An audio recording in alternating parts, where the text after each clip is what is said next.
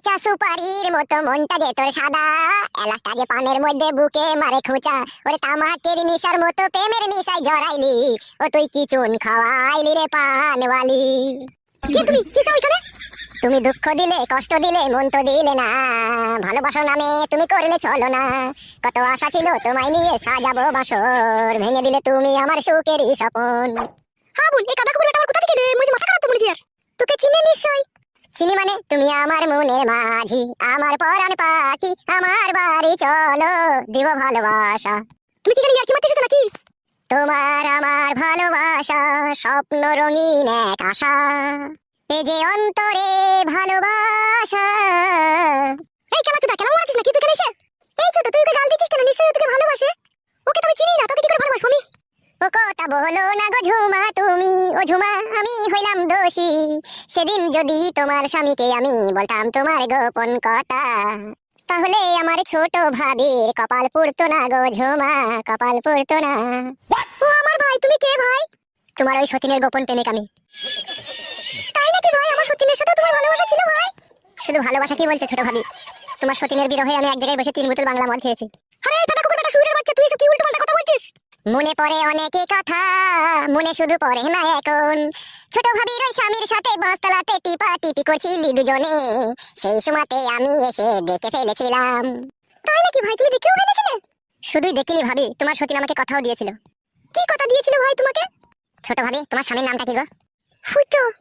ফুটো যদি আমায় ছেড়ে চলে যায়, তখন আমি তোমায় বিয়ে করিব। এই কথা কে বলেছিল?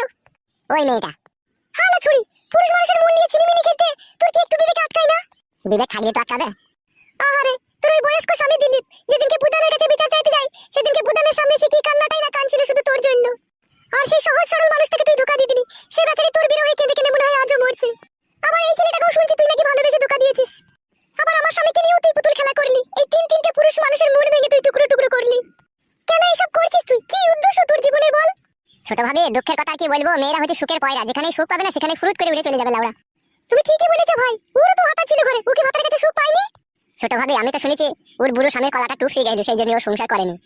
মা বাবা যাদেরকে বিয়ে দিবে তাই নিয়ে সংসার করতে হবে। যদি বুড়ো স্বামী হয়, বুড়ো স্বামী ওই টুপসামি নিয়ে সংসার করতে হবে। যদি পচে যায় ওই কথা নিয়েই থাকতে হবে। পরের স্বামীকে নিয়ে টানাটানি করতে গেলে হবে নাকি?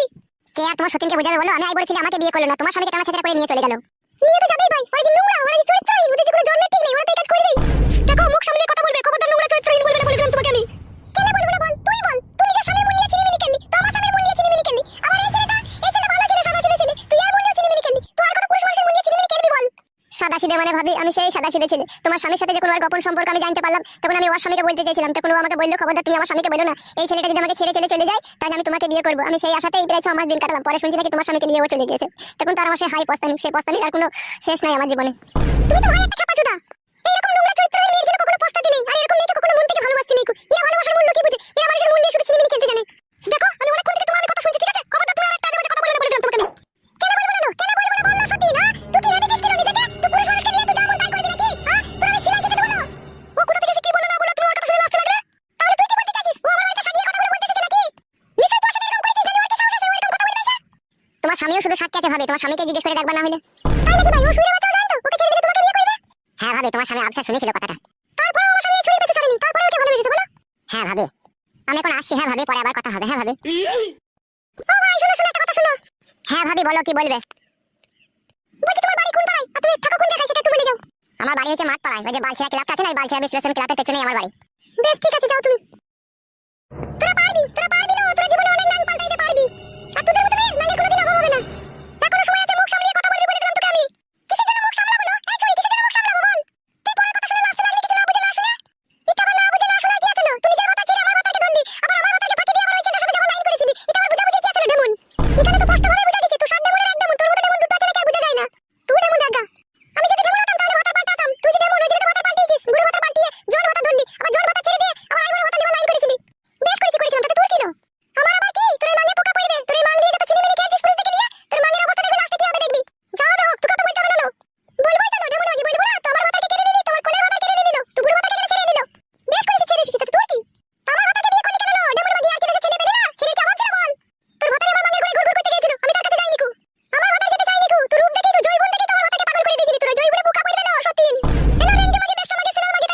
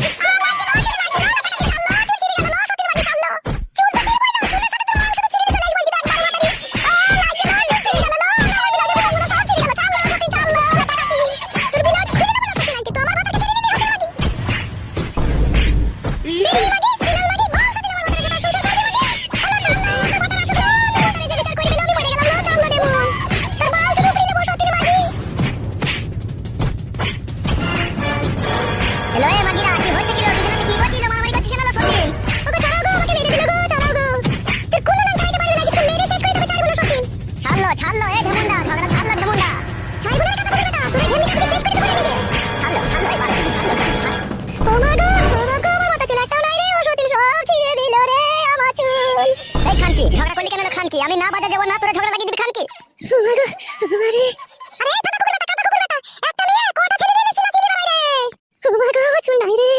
এই ভুদা কপালি মাগে কাকেলা চাইলো খানকি, ও তাই কই ভাবে তুমি এলি। ও মা আমি আর বাঁচবো না রে।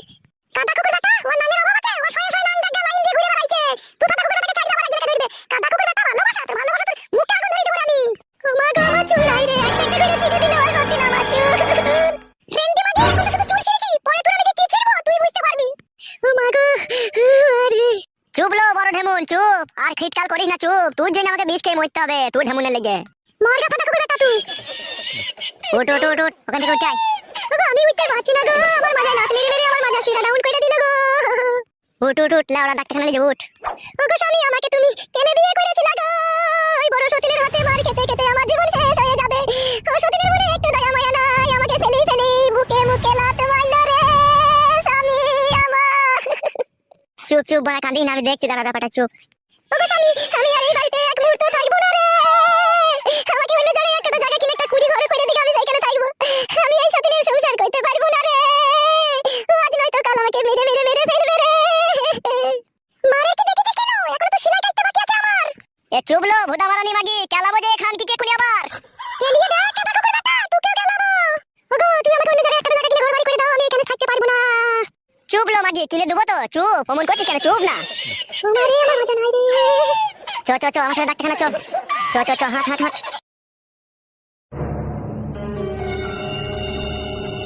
ফ্রেন্ডি তোকে তখন ডাক্তারখানা পাঠালাম, পরে তোকে হসপিটাল পাঠাবো দেখবি ঢেমুন। এ চুপ লো চাপটা চুদি মাগি চুপ। যা ফাটা কুকুর বেটা তোর মাকে ডাক্তারখানা থেকে ঘুরিয়ে নিয়ে আয়, তারপর তোর হবে। চোরে ফাদা হাট।